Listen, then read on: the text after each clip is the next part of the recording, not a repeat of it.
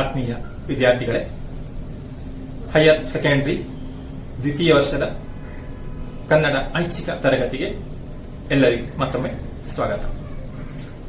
ಕಳೆದ ತರಗತಿಯಲ್ಲಿ ನಾವು ಕವಿ ಲಕ್ಷ್ಮೀಶನ ಜೈಮಿನಿ ಭಾರತದಲ್ಲಿ ಬಂದಿರುವಂತಹ ಚಂದ್ರಹಾಸನ ಕಥಾಭಾಗವನ್ನು ನೋಡ್ತಾ ಇದ್ದವು. ಕುಂತಳ ದೇಶದ ಮಂತ್ರಿಯಾದಂತಹ ದುಷ್ಟಬುದ್ಧಿ ತನ್ನ ಮಗನಾದಂತಹ ಮದನನಿಗೆ ತಲುಪಿಸಲಿಕ್ಕಾಗಿ ಚಂದ್ರಹಾಸನಲ್ಲಿ ಒಂದು ಪತ್ರವನ್ನು ಕೊಡ್ತಾನೆ. ಆ ಪತ್ರವನ್ನು ತೆಗೆದುಕೊಂಡು ಚಂದ್ರಹಾಸ ಕುಂತಳ ದೇಶದ ಕಡೆಗೆ ಬರ್ತಾನೆ. ಬಂದಂತಹ ಅವನು ಕುಂತಳ ನಗರದ ಹೊರವಲಯದಲ್ಲಿ ಇರುವಂತಹ ಸುಂದರವಾದಂತಹ ಆ ಉದ್ಯಾನವನವನ್ನು ಕಂಡು ಅಲ್ಲಿ ಸ್ವಲ್ಪ ವಿಶ್ರಾಂತಿಯನ್ನು ತೆಗೆದುಕೊಳ್ತಾನೆ. ಅದಕ್ಕಾಗಿ ಅಲ್ಲೇ ಇರುವಂತಹ ಮಾವಿನ ಮರದ ಅಡಿಯಲ್ಲಿ ನಿದ್ರಿಸ್ತಾ ಇದ್ದಾನೆ. ಅದೇ ಸಮಯಕ್ಕೆ ಅಲ್ಲಿಗೆ ಬರ್ತಾರೆ ಕುಂತಳ ದೇಶದ ರಾಜನ ಮಗಳಾದಂತಹ ಚಂಪಕಮಾಲಿನಿ, ದುಷ್ಟಬುದ್ಧಿಯ ಮಗಳಾದಂತಹ ವಿಷಯಿ ಹಾಗೂ ಸಖಿಯರು ಬಂದು ಅವರು ಸಂತೋಷದಲ್ಲಿ ಆ ವಸಂತ ಕಾಲದ ಸಮಯದಲ್ಲಿ ಅಲ್ಲಿನ ಸರೋವರದಲ್ಲಿ ಜಲಕ್ರೀಡೆಯನ್ನು ಆಡ್ತಾರೆ. ಹಾಗೆ ಜಲಕ್ರೀಡೆಯನ್ನು ಆಡಿ ತಂಪಿನಿಂದ ಕೂಡಿದಾಗ, ಹೆಚ್ಚು ತಂಪು ಅನುಭವಕ್ಕೆ ಬಂದಾಗ ಹೊರಕ್ಕೆ ಬರ್ತಾರೆ. ಆ ಸಮಯದಲ್ಲಿ ವಿಷಯಗೆ ಹೂವನ್ನು ಕೊಯ್ಯುವಂತ ಹಂಬಲ ಉಂಟಾಗ್ತದೆ. ಆದ ಕಾರಣ ಇವರಿಂದ ಆಗಲಿ ಸ್ವಲ್ಪ ಮುಂದಕ್ಕೆ ಹೋಗ್ತಾಳೆ. ಹೋದಂತ ಅವಳಿಗೆ ಅದೇ ಆ ಮಾವಿನ ಮರದ ಅಡಿಯಲ್ಲಿ ಮಲಗಿದಂತಹ ಚಂದ್ರಹಾಸನ್ನು ಕಂಡು ಒಮ್ಮೆ ಆಶ್ಚರ್ಯ ಆಗ್ತದೆ. ಈ ಉದ್ಯಾನವನಕ್ಕೆ ಪರಿಚಯ ಇಲ್ಲದಂತಹ ಒಬ್ಬ ಯುವಕ ಬಂದು ಮಲಗಿದ್ದಾನೆ, ಯಾರಿದು ಅಂತ ಗೊತ್ತಾಗ್ತಾ ಇದೆ. ಆದ್ರೆ ಅವನ ಆ ಸೌಂದರ್ಯವನ್ನು ಕಂಡು ಅವಳಿಗೆ ಕೂಡ ಕುತೂಹಲ ಉಂಟಾಗ್ತದೆ. ಆಶ್ಚರ್ಯದಲ್ಲಿ ನೋಡ್ತಾಳೆ. ಇಷ್ಟು ಭಾಗವನ್ನು ನಾವು ಕಳೆದ ತರಗತಿಯಲ್ಲಿ ನೋಡಿದ್ದು. ಕವಿ ಎಷ್ಟು ಸುಂದರವಾಗಿ ಆ ಭಾಗವನ್ನು ವರ್ಣಿಸಿದ್ದಾನೆ ಎಂಬುದನ್ನು ನಾವು ತಿಳ್ಕೊಂಡಿದ್ದೇವಲ್ಲ. ಹಾಗಿರುವಾಗ ಅದರ ಮುಂದಿನ ಭಾಗವನ್ನು ಈ ತರಗತಿಯಲ್ಲಿ ನೋಡೋಣ.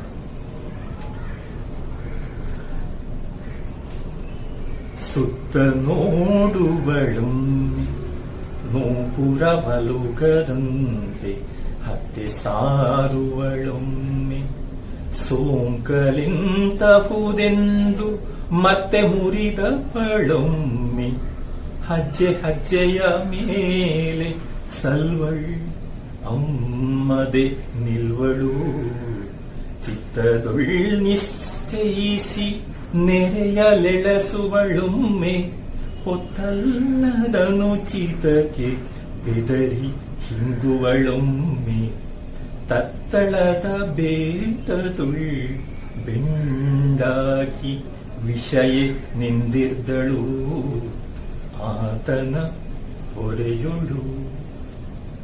ಹೀಗೆ ವರ್ಣಿಸ್ತಾನೆ ಕವಿ. ಅಲ್ಲಿ ಆ ಉದ್ಯಾನವನದಲ್ಲಿ ಮಲಗಿದಂತಹ ಚಂದ್ರಹಾಸನ್ನು ಕಂಡಾಗ ವಿಷಯಲ್ಲಿ ಉಂಟಾದಂತಹ ಕುತೂಹಲದಿಂದ ಅವಳು ಏನ್ ಮಾಡ್ತಾಳೆ ಅದು ಈ ಭಾಗದಲ್ಲಿ ಕಾಣಬಹುದು. ಒಟ್ಟು ಅವಳಿಗೆ ಆಶ್ಚರ್ಯ ಆಗಿದೆ, ಕುತೂಹಲ ಉಂಟಾಗಿದೆ. ಈಗ ಏನಾಗ್ತಾ ಇದೆ, ಇವನ್ಯಾರು ಅಂತ ತಿಳ್ಕೊಳ್ಬೇಕು. ಜೊತೆಗೆ ಅವನ ರೂಪಕ್ಕೆ ಅವಳು ಮರಳಾಗಿದ್ದಾಳೆ. ಹಾಗೆ ಇವನ್ಯಾರು ಅಂತ ನೋಡ್ಕೊಳ್ಬೇಕಾಗ್ತದೆ. ಅದಕ್ಕಾಗಿ ಪ್ರಯತ್ನಿಸ್ತಾಳೆ. ಸುತ್ತ ನೋಡುವಳೊಮ್ಮೆ, ಅದಕ್ಕಾಗಿ ಪಕ್ಕ ಮೊದಲೇನ್ ಮಾಡ್ತಾಳೆ, ಸುತ್ತಲೂ ನೋಡ್ತಾಳೆ. ಯಾರಾದ್ರೂ ತನ್ನನ್ನು ಗಮನಿಸ್ತಾ ಇದ್ದಾರಾ ಅಂತ. ಯಾಕಂದ್ರೆ ಗೊತ್ತಿದೆ ಅಲ್ವ ಆ ಸಮಯ. ಜೊತೆಗೆ ತನ್ನ ರಾಜಕುಮಾರಿ ಇದ್ದಾಳೆ, ಸಖಿಯರಿದ್ದಾರೆ, ಅವರೆಲ್ಲ ಆ ಕಡೆ ಇದ್ದಾರೆ. ಹಾಗಿರುವಾಗ ಸುತ್ತಲೇ ಯಾರ ಇದ್ದಾರೆ ನೋಡ್ತಾರೆ. ಯಾಕಂದ್ರೆ ಅಪರಿಚಿತ ಆದಂತಹ ಒಬ್ಬ ಯುವಕ. ಆಗ ಅವನ ಬಳಿಗೆ ಹೋಗ್ಬೇಕಿದ್ರೆ ಬೇರೆ ಯಾರು ನೋಡುವುದು ಉಚಿತವಲ್ಲ. ಆದ ಕಾರಣ ಜಾಗ್ರತೆಯಲ್ಲಿ ಒಮ್ಮೆ ಸುತ್ತಲೂ ನೋಡ್ತಾಳೆ, ಸುತ್ತ ನೋಡುವಳೊಮ್ಮೆ, ಒಮ್ಮೆ ಸುತ್ತಲೂ ನೋಡ್ತಾಳೆ. ಆಮೇಲೆ ಹತ್ತಿರ ಹೋಗಲಿಕ್ಕೆ ಪ್ರಯತ್ನಿಸ್ತಾಳೆ. ನೂಪುರ ಅಲುಗದಂತೆ ಹತ್ತೆ ಸಾರುವಳೊಮ್ಮೆ. ನೂಪುರ ಗೊತ್ತಿದ್ದಲ್ಲ, ಕಾಲ್ಗೆಜ್ಜೆ.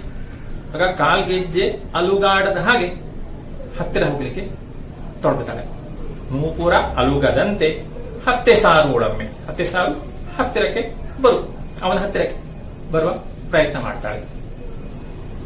ಯಾಕಂದ್ರೆ ಹತ್ತಿರ ಬಂದು ಸೋಂಕಲೆಂತಹುದೆಂದು ಮತ್ತೆ ಮುರಿದಪ್ಪಳೊಮ್ಮೆ. ಯಾಕಂದ್ರೆ ಹತ್ತಿರ ಹೋಗಿ ಅವನನ್ನು ಮುಟ್ಟಿದ್ರೆ ಏನು, ಸೋಂಕು ಮುಟ್ಟು, ಅವನ ಹತ್ತಿರ ಹೋಗಿ ಮುಟ್ಟಿದ್ರೆ ಏನಾಗಬಹುದು ಅಂದ್ರೆ ಗೊತ್ತಿಲ್ಲ, ನಿದ್ರೆ ಮಾಡ್ತಾ ಇದ್ದಾನೆ, ಯಾರಂತ ಗೊತ್ತಾಗ್ತಾ ಇಲ್ಲ. ಹಾಗೆ ಅವನ ಕಂಡು ಈ ಕುತೂಹಲ ಉಂಟಾಗಿದೆ. ಹತ್ತಿರ ಹೋಗಿ ಮುಟ್ಟಿದ್ರೆ ಹೇಗೆ ಅಂತ ಭಾವಿಸ್ತಾರೆ.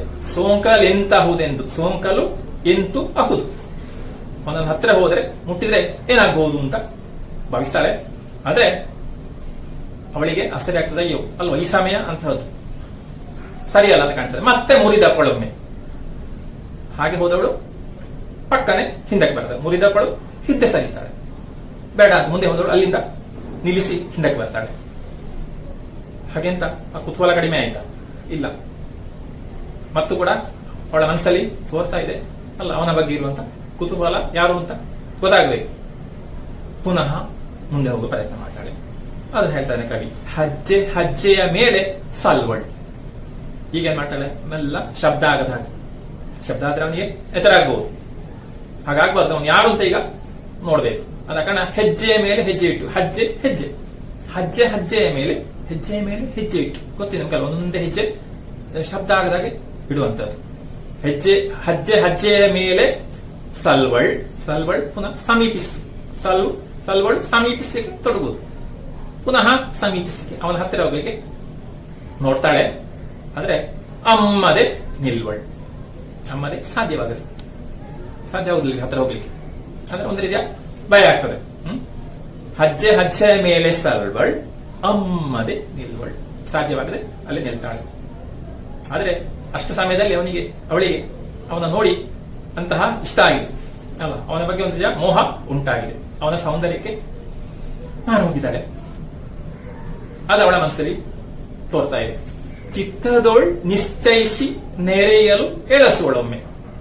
ಚಿತ್ತ ಮನಸ್ಸು ಅಲ್ಲ, ಮನಸ್ಸಿನಲ್ಲಿ ಈಗ ಸ್ವಲ್ಪ ನಿಶ್ಚಯಿಸ್ತಾಳೆ, ದೃಢ ಮಾಡ್ತಾಳೆ, ತೊಂದರೆ ಇಲ್ಲ, ಏನಿದ್ರು ಅವನನ್ನು ಬಯಸ್ತಾಳೆ.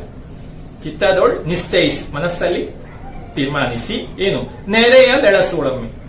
ಆಗ ಅವನನ್ನು ಸೇರಬೇಕು ಅಂತ ಬಯಸ್ತಾಳೆ. ನೆರೆ ಅವನನ್ನು ಬಯಸುವಂತದ್ದು, ಅವನು ಸೇರಬೇಕು ಅಂತ ಬಯಸ್ತಾಳೆ. ನೆರೆಯಲು ಎಳಸುವಳೊಮ್ಮೆ. ಎಳಸು ಬಯಸು, ನೆರೆಯಲು ಸೇರಲು. ನೆರೆಯಲ್ಲಿ ಎಳಸುವಳೊಮ್ಮೆ, ನೆರೆಯಲು ಎಳಸುವಳು ಒಮ್ಮೆ. ಆದ್ರೆ ಏನಾಗ್ತದೆ, ಸಮಯ ಅವಳಿಗೆ ಅರಿವಿಗೆ ಬರ್ತದೆ. ಹೊತ್ತಲ್ಲದ ಅನುಚಿತಕ್ಕೆ ಬೆದರಿ. ಆದ್ರೆ ಮನಸ್ಸಲ್ಲಿ ಏನ್ ಬಯಸಿದ್ದೋ ಅದಕ್ಕೆ ಸಮಯ ಇಲ್ಲ ಅಂತ ಅನಿಸ್ತದೆ ಅವಳಿಗೆ. ಯಾಕಂದ್ರೆ ಗೊತ್ತಿದೆಲ್ಲ ಯಾವ ಸ್ಥಳದಲ್ಲಿ ಅವನಿದ್ದಾನೆ, ಇವಳಿದ್ದಾಳೆ ಅಂತ. ಹಾಗೆ ಹೊತ್ತಲ್ಲದ ಅನುಚಿತಕ್ಕೆ, ಇದು ಹೊತ್ತಲ್ಲ ಯಾವುದಕ್ಕೆ, ಈ ಅನುಚಿತವಾದಂತ ವರ್ತನೆ ಆಗ್ತದೆ ಈ ಸಮಯದಲ್ಲಿ. ಹಾಗೆ ಅವನ ಹತ್ರ ಹೋಗಿ ಸೇರುವಂತದ್ದು ಅನುಚಿತ ವರ್ತನೆ, ಉಚಿತ ಅಲ್ಲ, ಗೊತ್ತಿದ್ದಲ್ಲ. ಅನುಚಿತ ಉಚಿತವಲ್ಲದು, ಸರಿಯಲ್ಲ. ಹೊತ್ತಲ್ಲದ ಅನುಚಿತಕ್ಕೆ ಇದು ಸರಿ ಸಮಯ ಅಲ್ಲ ತನ್ನ ಮನಸ್ಸಲ್ಲಿರುವಂತ ಭಾವನೆಗೆ ಅಂತ ಭಾವಿಸ್ತಾಳೆ. ಬೆದರಿ. ಆಗ ಅವಳಿಗೆ ಒಂದು ಭಯ ಆಗ್ತದೆ. ಹೊತ್ತಲ್ಲದ ಅನುಚಿತಕ್ಕೆ ಬೆದರಿ.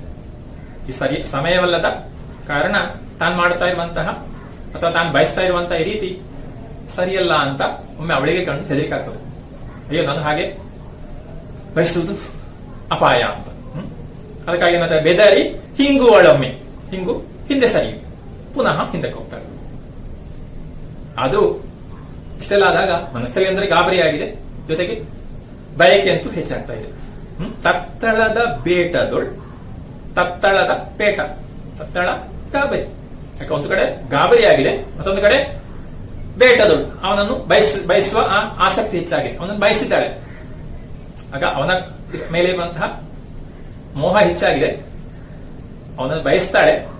ಇದರಿಂದಾಗಿ ಒಂದು ಕಡೆ ಗಾಬರಿ, ಒಂದು ಕಡೆ ಭಯಕ್ಕೆ, ಇದರಿಂದಾಗಿ ಬೆಂಡಾಗಿ ಬಳಲಿ ಆಯಾಸಗೊಂಡು ವಿಷಯ ನಿಂದಿರ್ದಳು ಆತನ ಪೊರೆಯೋಳು.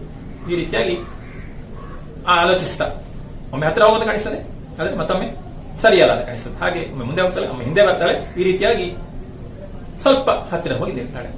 ಹೀಗೆ ಅಲ್ಲೇ ನಿಂತಿದ್ದಾಳೆ. ಮುಟ್ಲಿಕ್ಕೆ ಭಯ ಆಗ್ತದೆ.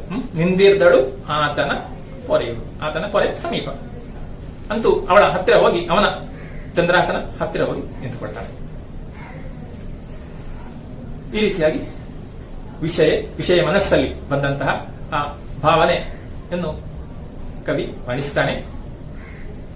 ಸುತ್ತ ನೋಡುವಳೊಮ್ಮೆ ನೂಪುರ ಅಲುಗದಂತೆ ಹತ್ತೆ ಸಾರುವಳೊಮ್ಮೆ, ಸೋಂಕಲಿಂತಹುದೆಂದು ಮತ್ತೆ ಮುರಿದಪ್ಪಳೊಮ್ಮೆ, ಹೆಜ್ಜೆಯ ಮೇಲೆ ಸಲ್ವಳ್ ಅಮ್ಮದೆ ನಿಲ್ವಳು, ಚಿತ್ತದೊಳ್ ನಿಶ್ಚಯಿಸಿ ನೆರೆಯಲು ಎಳಸುವಳೊಮ್ಮೆ, ಹೊತ್ತಲ್ಲದ ಅನುಚಿತಕ್ಕೆ ಬೆದರಿ ಹಿಂಗುವಳೊಮ್ಮೆ, ತತ್ತಳದ ಬೇಟದೊಳ್ ಬೆಂಡಾಗಿ ವಿಷಯ ನಿಂದಿರ್ಪಳು ಆತನ ಪೊರೆಯೋಳು.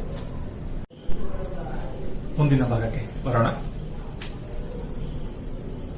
ದಿವಿಜೇಂದ್ರ ತನಯ ಕೇಳ್ ಈ ತೆರದೊಳ್ ಆಗ ನವಯುವತಿ ನಿಂದೀಕ್ಷಿಸುತ್ತ ಕಂಡಳ್ ಅವನ ಅಂಗದೊಳ್ ಎಸೆವ ರುಚಿರ ಕಂಚುಕದ ತುದಿ ಸೆರಗಿನೊಳ್ ಕಟ್ಟಿಕೊಂಡಿರ್ದ ಪತ್ರಿಕೆಯನು ತವಕದಿಂ ಬಿಚ್ಚಿ ಮುದ್ರೆಯನ್ ಓಸರಿಸಿ ತೆಗೆದು ವಿವರದೊಳ್ ತನ್ನ ತಂದೆಯ ಹೆಸರ ಬರೆಹಮಿರೆ ಲವಲವಿಕೆ ಮಿಗೆ ನೋಡಿ ಹರ್ಷ ಪುಳಕದೊಳಂದು ನಿಂದೋದಿ ಕುಳುತ್ತಿರ್ದಳು. ದಿವಿಜೇಂದ್ರ ತನಯ ಕೇಳ್ ಈ ತೆರದೊಳ್ ಆಗ ನವ ಯುವತಿ ನಿಂದು ಈಕ್ಷಿಸುತ್ತ. ಹಾಗಿರುವಾಗ ದಿವಿಜೇಂದ್ರ ತನಯ ಕೇಳ್ ಎಂಬುದಾಗಿ ಹೇಳ್ತಾರೆ. ಯಾರು ಗೊತ್ತಿದೆ ಅಲ್ವಾ? ನಾರದರು ಕತೆ ಹೇಳುವಂತದ್ದು ಅರ್ಜುನನಿಗೆ. ಅರ್ಜುನ ದಿವಿಜೇಂದ್ರ ತನಯ ಅಂದ್ರೆ ಅರ್ಜುನ ಗೊತ್ತುಂಟಲ್ಲ, ದೇವೇಂದ್ರನ ಮಗ. ಕುಂತಿಗೆ ದೂರ್ವಾಸರು ಕೊಟ್ಟಂತಹ ವರದಿಂದ, ಆ ಮಂತ್ರದಿಂದ ಜನಿಸಿದವನು ಅಲ್ವಾ, ದೇವೇಂದ್ರನ ಮೂಲಕ. ಹಾಗಿರುವಾಗ ನಾರದರು ಆ ರೀತಿಯಾಗಿ ಹೇಳಿದ್ದಾರೆ. ದಿವಿಜೇಂದ್ರ ತನಯ ಕೇಳ್, ಅರ್ಜುನ ಕೇಳು, ಈ ತೆರದೊಳ್ ಈ ರೀತಿಯಲ್ಲಿ ಆಗ ನವ ಯುವತಿ ನಿಂದು ಈಕ್ಷಿಸುತ್ತ. ನವಯುವತಿ ಯಾರು? ವಿಷಯ ಅಲ್ವಾ? ವಿಷಯಲ್ಲಿ ನಿಂತಿದ್ದಾಳೆ, ಚಂದ್ರಾಸನ ಬಳಿಯಲ್ಲಿ ನಿಂತಿದ್ದಾಳೆ ಅಲ್ವಾ? ಅವನು ಯಾರು ಅಂತ ನೋಡುವ ತಿಳಿಯುವ ಕುತೂಹಲ ಅವಳಿಗೆ. ನಿಂದು ವೀಕ್ಷಿಸುತ್ತಾ ನೋಡುತ್ತಾ ಇರುವಾಗ ಏನಾಯಿತು?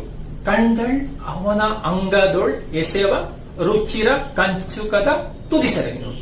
ಹಾಗಿರುವಾಗ ಹಾಗೆ ಅವನನ್ನೇ ನೋಡ್ತಾ ಇರುವಾಗ ಪಕ್ಕನೆ ಕಾಣಿಸಿದ ಅವಳಿಗೆ ಅವನು ಧರಿಸಿದಂತಹ ಆ ಬಟ್ಟೆಯ ಎದೆಯ ಭಾಗದಲ್ಲಿ ರುಚಿರ ಕಂಚುಕ ಅಂದ್ರೆ ಎದೆಯ ಆವರಣ ಅಲ್ವಾ? ಎದೆಯಲ್ಲಿ ಧರಿಸಿದಂತಹ ಆ ಬಟ್ಟೆಯ ಒಂದು ಸೆರಗಿನಲ್ಲಿ ತುದಿಯಲ್ಲಿ ಒಂದು ಪತ್ರ ಕಾಣ್ತದೆ ಅವಳಿಗೆ. ರುಚಿರ ಎಸೆವ ಶೋಭಿಸುವ. ಕಂಡಳ್ ಅವನ ಅಂಗದೊಳೆ, ಅವನ ಶರೀರದ ಆ ಬಟ್ಟೆಯ ಒಂದು ತುದಿಯಲ್ಲಿ ನೋಡ್ತಾಳೆ. ಏನನ್ನು? ತುದಿ ಸೆರಗಿನೋಳ್ ಕಟ್ಟಿಕೊಂಡಿದ್ದ ಪತ್ರಿಕೆಯನ್ನು, ಒಂದು ಪತ್ರವನ್ನು ಕಟ್ಟಿದ್ದದು ಕಾಣಿಸುತ್ತದೆ. ಅದು ಕಂಡಾಗ ಏನಾಗ್ತದೆ? ತವಕದಿಂ ಬಿಚ್ಚಿ. ಪತ್ರವನ್ನು ಕಂಡಾಗ ಗೊತ್ತಿದೆ ನಮ್ಗೆಲ್ಲರಿಗೂ ಕುತೂಹಲ ಹೆಚ್ಚು. ನಮ್ಮೊಂದು ಪತ್ರ ಅಂತಂದ್ರೆ ಕುತೂಹಲ ಅಲ್ಲ, ಅವಳು ಏನಿದೆ, ಏನ್ ವಿಷಯ ಇದೆ ಅಂತ ಗೊತ್ತಿದೆ ನಿಮ್ಗೆ ಈಗ ಅಲ್ವಾ? ಈಗ ಮೊಬೈಲಿನ ಕಾಲ, ಒಂದು ಮೆಸೇಜ್ ಬಂದ್ರೆ ನೋಡುವವರೆಗೆ ನಮ್ಗೆ ಸಮಾಧಾನ ಇಲ್ಲ, ಏನಿದೆ, ಯಾರು ಏನ್ ಬರೆದಿದ್ದಾರೆ ಅಂತ. ಹಾಗಿರುವಾಗ ಈಗಾಗಲೇ ಚಂದ್ರಹಾಸನನ್ನು ಕುರಿತು ಅತ್ಯಂತ ಕುತೂಹಲದಿಂದ ನೋಡ್ತಾ ಇದ್ದಾಳೆ. ಇನ್ನು ಯಾರು? ಜೊತೆಗೆ ಅವನ ಸೌಂದರ್ಯ, ಅವಳನ್ನು ಆ ಸೌಂದರ್ಯಕ್ಕೆ ಅವಳು ಮಾರು ಹೋಗಿದ್ದಾಳೆ.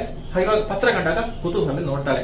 ತವಕದಿಂ ಬಿಚ್ಚಿ, ತವಕ ಅತ್ಯಂತ ಆತುರದಿಂದ, ಬಹಳ ಆತುರದಿಂದ ಆ ಪತ್ರವನ್ನು ಬಿಚ್ಚಿ ಮುದ್ರೆಯನ್ನು ಓಸರಿಸಿ ತೆಗೆದು, ಮುದ್ರೆಯನ್ನು ಪತ್ರಕ್ಕೆ ಮುದ್ರೆ ಹಾಕಿರ್ತಾರಲ್ಲ, ಯಾರು ಕಳಿಸಿದ್ದು ಅದನ್ನು ಓದ್ಬಾರ್ದಲ್ಲ, ಬೇರೆಯವರು ಓದ್ಬಾರ್ದ ಮುದ್ರೆ ಹಾಕಿರ್ತಾರೆ, ಯಾರ ಕಳಿಸಿದ್ದು ಅಂತ ಅವರ ಹೆಸರು. ಆಗ ಅಂತಹ ಮುದ್ರೆಯನ್ನು ಇವಳು ಓಸರಿಸಿ ಸರಿಸಿ ಮುದ್ರೆಯನ್ನು ತೆಗಿತಾಳೆ, ಮೆಲ್ಲ ಸರಿಸಿ ತೆಗೆದು ಓದ್ತಾಳೆ. ಓದುವಾಗ ಏನ್ ಕಾಣಿಸ್ತದೆ? ವಿವರದೋಳ್ ತನ್ನ ತಂದೆಯ ಹೆಸರ ಬರೆಹವಿರೆ. ನೋಡ್ತಾಳೆ, ಆ ವಿವರ ಸ್ವಲ್ಪ ಓದುವಾಗ ಗೊತ್ತಾಗ್ತದೆ, ತನ್ನ ತಂದೆ ಹೆಸರಿದೆ ಅದರಲ್ಲಿ. ಹಾಗಿರುವಾಗ ಈಗಾಗಲೇ ಈ ಚಂದ್ರಹಾಸನ್ ನೋಡಿ ಇಷ್ಟಪಟ್ಟಂತ ಅವಳಿಗೆ ಅವನ ಕೈಲಿರೋ ಪತ್ರದಲ್ಲಿ ತನ್ನ ತಂದೆ ಹೆಸರಿದೆ ಅಂತ ಕಂಡಾಗ ಏನಾಗ್ತದೆ? ಮತ್ತು ಸಂತೋಷ ಆಗ್ತದೆ. ಅಂದ್ರೆ ತಂದೆ ಗೊತ್ತಿರುವಂತ ಒಬ್ಬ ವ್ಯಕ್ತಿಯಿಂದ ಆಯ್ತಲ್ವ. ಆಗ ಯಾರೋ ಅಪರಿಚಿತ ಅಲ್ಲ, ತಂದೆ ಗೊತ್ತಿದೆ ಅಂತ ಭಾವಿಸ್ತಾಳೆ. ಹೆಸರ ಬರೆಹವಿದೆ, ತಂದೆ ಹೆಸರಿನ ಬರಹ ಹೆಸರಲ್ಲಿ ಕಾಣಿಸ್ತಿರಲು ಲವಲವಿಕೆ ಮಿಗೆ, ಒಮ್ಮೆಗೆ ಅವಳಿಗೆ ಅತ್ಯಂತ ಲವಲವಿಕೆ ಉತ್ಸಾಹ ಅಲ್ಲ, ಒಮ್ಮೆಗೆ ಮತ್ತು ಉತ್ಸಾಹ ಉಂಟಾಗ್ತದೆ. ಕಾರಣ ನಮ್ಗೆ ಗೊತ್ತಿದೆ ಅಲ್ವಾ, ಅವನ ಕಂಡ ಬಳಿಕ ಅವನಿಗೆ ಅವಳ ಮನಸ್ಸಲ್ಲಿ ಏನಾಗ್ತಾ ಇದೆ ಅಂತ.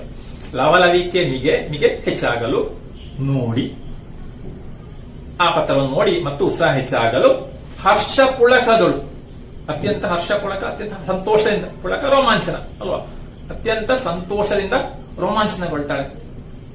ಆ ಪತ್ರಿಕೆಯನ್ನು ಓದುವಾಗ ತಂದೆ ಹೆಸರು ಕಂಡಾಗ ಅಷ್ಟು ಸಾಕವಳಿ, ಅಂದ್ರೆ ತಂದೆಗೆ ಗೊತ್ತಿರುವ ವ್ಯಕ್ತಿ ಅಂತ ಆಯ್ತು.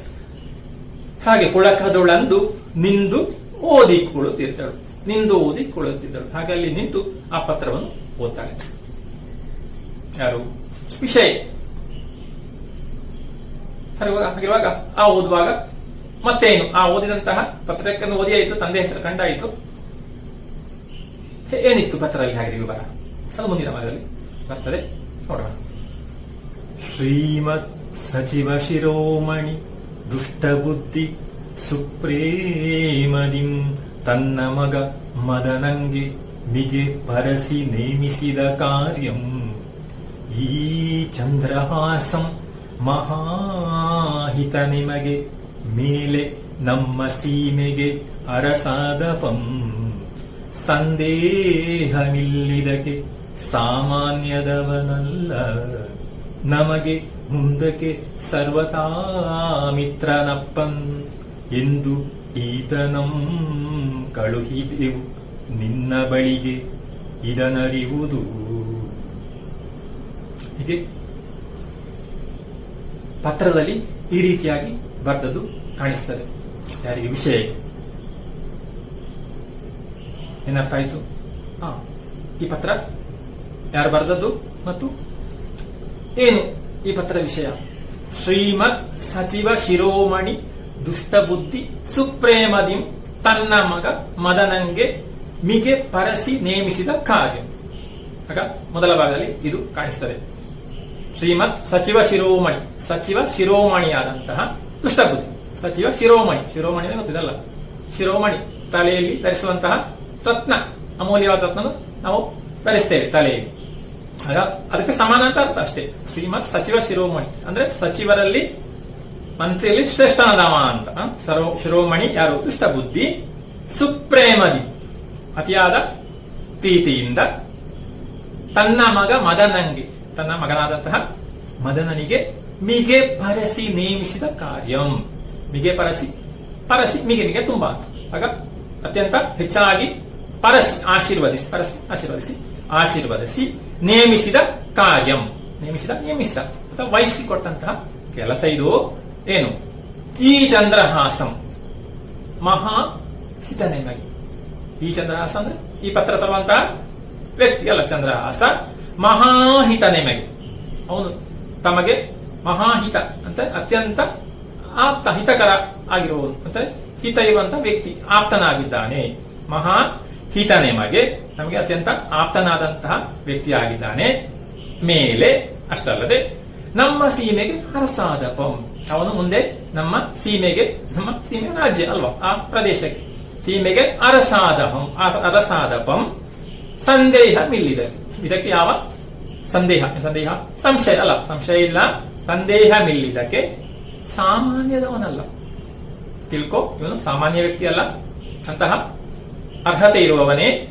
ನಮಗೆ ಮುಂದಕ್ಕೆ ಸರ್ವತಾ ಮಿತ್ರನಪ್ಪ, ಮುಂದಕ್ಕೆ ಇವನು ನಮಗೆ ಸರ್ವತಾ ಖಂಡಿತವಾಗಿಯೂ ಅತ್ಯಂತ ಆಪ್ತನಾಗಿರ್ತಾನೆ. ಸರ್ವತಾ ಮಿತ್ರನಪ್ಪನ್ ಎಂದು ಮುಂದೆ ಆಪ್ತನಾಗಿರ್ತಾನೆ ಎಂಬುದಾಗಿ ಈತನಂ ಕಳುಹಿದೆವು, ಇವನನ್ನು ಕಳಿಸಿದ್ದೇನೆ ನಿನ್ನ ಬಳಿಗೆ, ಕಳಿಸಿದೆವು ನಿನ್ನ ಬಳಿಗೆ ಇದನ್ನರಿಯುವುದು, ಇದನ್ನು ನೀನು ತಿಳಿಯುವುದು ಎಂಬುದಾಗಿ ಬರೆದದ್ದು ಕಾಣಿಸ್ತದೆ ವಿಷಯ. ಹಾಗಿರುವಾಗ ಸ್ಪಷ್ಟ ಆಯಿತು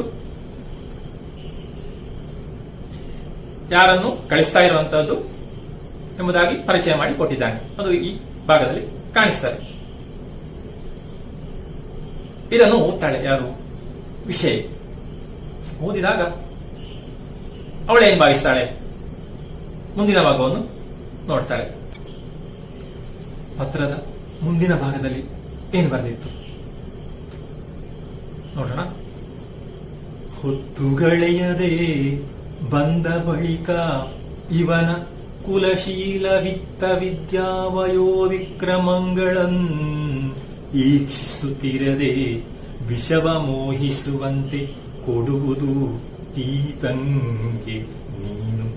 ಇದರುಳ್ ಯಮಗೆ ಉತ್ತರೋತ್ತರಮಪ್ಪುದೆಂದು ಬರೆದಿಹ ಲಿಪಿಯನೆತ್ತಿ ವಾಚಿಸಿಕೊಂಡು ತರಳಾಕ್ಷಿ ತಾನದಕ್ಕೆ ಮತ್ತೊಂದಭಿಪ್ರಾಯಮಂ ತಿಳಿದಳ್ ಉಲ್ಲಂಘಿಸುವರುಂಟೇ ವಿಧಿಕೃತವನು. ಹೀಗೆ ಆ ಪತ್ರದ ನಂತರದ ಭಾಗ ನೋಡ್ತಾಳೆ.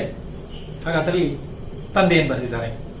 ಹೊತ್ತುಗಳೆಯದೆ ಬಂದ ಬಳಿಕ ಇವನ, ಅಂದ್ರೆ ಇವನು ಈ ಪತ್ರ ತರುವಂತಹ ಚಂದ್ರಹಾಸ ಬಂದ ಬಳಿಕ ನೀನು ಹೊತ್ತುಗಳೆ ಸಮಯವನ್ನು ವ್ಯರ್ಥ ಮಾಡದೆ ಅವನು ಬಂದ ಕೂಡಲೇ ಅವನ ಬಂದ ಬಳಿಕ ಇವನ ಕುಲ ಶೀಲ ವಿತ್ತ ವಿದ್ಯೆ ವಯೋ ವಿಕ್ರಮಗಳನ್ನು ಇದ್ಯಾವುದನ್ನು ನೋಡ್ಬೇಡ. ಕುಲ ಗೊತ್ತಿದೆ, ಅವನ ಕುಲ ನೋಡುದು ಬೇಡ. ಶೀಲ ಅವನ ನಡತೆ ಗುಣ, ವಿತ್ತ ಸಂಪತ್ತು, ವಿದ್ಯೆ ವಯಸ್ಸು, ವಿದ್ಯೆ ಸಂಪತ್ತು, ವಿಕ್ರಮ ಅವನ ಶೌರ್ಯ. ಹಾಗೆ ಈ ವಿಷಯಗಳನ್ನು ಯಾವುದು ನೋಡುದು ಬೇಡ. ಇವುಗಳನ್ನು ಈಕ್ಷಿಸುತ್ತಾ ಇರದೆ ಆಗ ಬಂದ ಬಳಿಕ ನೀನು ಅವನಿಗೆ ಸಂಬಂಧಪಟ್ಟಂತ ಈ ವಿಷಯವನ್ನೆಲ್ಲ ನೋಡ್ತಾ ಸಮಯ ಕಳಿಬೇಡ. ಬಂದ ಬಳಿಕ ಏನ್ ಮಾಡಬೇಕು? ವಿಷವ ಮೋಹಿಸುವಂತೆ ಕೊಡುವುದು ಈ ತಂಗಿ. ಅವನಿಗೆ ನೀನು ವಿಷವನ್ನು ಕೊಡಬೇಕು. ಹೇಗೆ? ವಿಷವ ಮೋಹಿಸುವಂತೆ. ಮೋಹಿಸು ಪ್ರೀತಿಯಿಂದ ಅಂತ ಅವನಿಗೆ ಗೊತ್ತಾಗದಾಗೆ ಬಹಳ ಪ್ರೀತಿಯಿಂದ ವಿಷಯವನ್ನು ಅವನು ಸೇವಿಸುವ ಮಾಡಬೇಕು. ವಿಷವ ಮೋಹಿಸುವಂತೆ ಕೊಡುವುದು ಈ ತಂಗಿ. ಆಗ ಅವನು ವಿಷ ಕುಡಿಯುವ ಹಾಗೆ ಮಾಡಬೇಕು. ಅದನ್ನು ಪ್ರೀತಿಯಿಂದ ಕೊಡಬೇಕು. ಇಲ್ಲಂದ ಅವನಿಗೆ ಗೊತ್ತಾಗಿತ್ತು ಅಲ್ವಾ? ಯಾರು? ನೀನು ವಿಷವ ಮೋಹಿಸುವಂತೆ ಕೊಡುವುದು ಈ ತಂಗೆ ನೀನು. ಅದರಿಂದ ಏನಾಗ್ತದೆ? ಇದರುಳ್ ಯಮಗೆ ಉತ್ತರೋತ್ತರ ಮಪ್ಪುದು. ಹಾಗೆ ನೀನು ಮಾಡಿದ್ರೆ ಇದರಿಂದಾಗಿ ನಮಗೆ ಉತ್ತರೋತ್ತರ ಅಂದ್ರೆ ಹೆಚ್ಚಿನ ಅಭಿವೃದ್ಧಿ ಉಂಟಾಗ್ತದೆ, ಹೆಚ್ಚಿನ ಯಶಸ್ಸು ಸಿಗ್ತದೆ, ಒಳ್ಳೆದಾಗ್ತದೆ ಅಂತ ಅರ್ಥ ಅಲ್ಲ, ಹೆಚ್ಚಿನ ಪ್ರಯೋಜನ ಇದೆ ಎಂಬುದಾಗಿ ಬರೆದಿದ್ದಾನೆ. ಉತ್ತರೋತ್ತರ ಮಪ್ಪುದೆಂದು ಬರೆದಿಹ ಲಿಪಿಯನೆತ್ತಿ ವಾಚಿಸಿಕೊಂಡು. ಈ ರೀತಿಯಾಗಿ ಆ ಪತ್ರದಲ್ಲಿ ಬರೆದಿರುವಂತಹ ಆ ಬರಹವನ್ನು ವಾಚಿಸಿ ಓದಿಕೊಂಡು ತರಳಾಕ್ಷಿ ವಿಷಯ ಅಲ್ಲ, ತರಳಾಕ್ಷಿ ಚಂಚಲವಾದ ಅಕ್ಷಿ ಉಳ್ಳವಳು ತರಳಾಕ್ಷಿ, ತರಳವಾದ ಅಕ್ಷಿ ಉಳ್ಳವಳು ಅಂದ್ರೆ ಅವಳ ಚಂಚಲವಾದ ಕಣ್ಣುಳ್ಳವಳು ಎಂಬ ವರ್ಣನೆ ಮಾಡ್ತಾರೆ. ತರಳಾಕ್ಷಿ ತಾನದಕ್ಕೆ ಮತ್ತೊಂದು ಅಭಿಪ್ರಾಯವನ್ನು ತಿಳಿದಳು. ಹಾಗೆ ಈ ಪತ್ರದಲ್ಲಿ ಬರೆದಂತಹ ಈ ವಿಷಯವನ್ನು ಇಷ್ಟು ವಿಷಯವನ್ನು ಓದಿದ ಬಳಿಕ ಅವಳು ಅವಳದೇ ಆದ ರೀತಿಯಲ್ಲಿ ಭಾವಿಸ್ತಾಳೆ. ತಾನು ಅದಕ್ಕೆ ಮತ್ತೊಂದು ಅಭಿಪ್ರಾಯವನ್ನು ತಿಳಿದಳು, ಮತ್ತೊಂದು ರೀತಿಯಲ್ಲಿ ಭಾವಿಸ್ತಾಳೆ. ಅಂದ್ರೆ ದುಷ್ಟಬುದ್ಧಿ ಬರೆದದೇನೋ ಇವಳು ಅದನ್ನು ಅವಳಿಗೆ ಬೇಕಾದ ಹಾಗೆ ಭಾವಿಸಿಕೊಳ್ತಾಳೆ, ಅವಳಿಗೆ ತೋರಿದ ಹಾಗೆ. ಯಾಕೆ? ಕವಿ ಹೇಳ್ತಾನೆ, ಉಲ್ಲಂಘಿಸುವರುಂಟೆ ವಿಧಿಕೃತವನ್ನು. ಬಹುಶಃ ಅವಳು ಆ ರೀತಿಯಾಗಿ ಇನ್ನೊಂದು ರೀತಿಯಲ್ಲಿ ಭಾವಿಸ್ತಾಳೆ. ಯಾಕಂದ್ರೆ ವಿಧಿಕೃತ, ಉಲ್ಲಂಘಿಸುವರುಂಟೆ ವಿಧಿಕೃತವನ್ನು. ವಿಧಿಕೃತ ವಿಧಿಯ ಬರಹ, ವಿಧಿಯ ತೀರ್ಮಾನವನ್ನು ಅಥವಾ ನಾವು ಹೇಳ್ತಾರೆ ಹಣೆ ಬರಹವನ್ನು. ಹಾಗೆ ವಿಧಿಯೊಂದು ತೀರ್ಮಾನ ಮಾಡಿದ್ರೆ ಅದನ್ನು ಉಲ್ಲಂಘಿಸಿ ಸಾಧ್ಯ ಉಂಟ?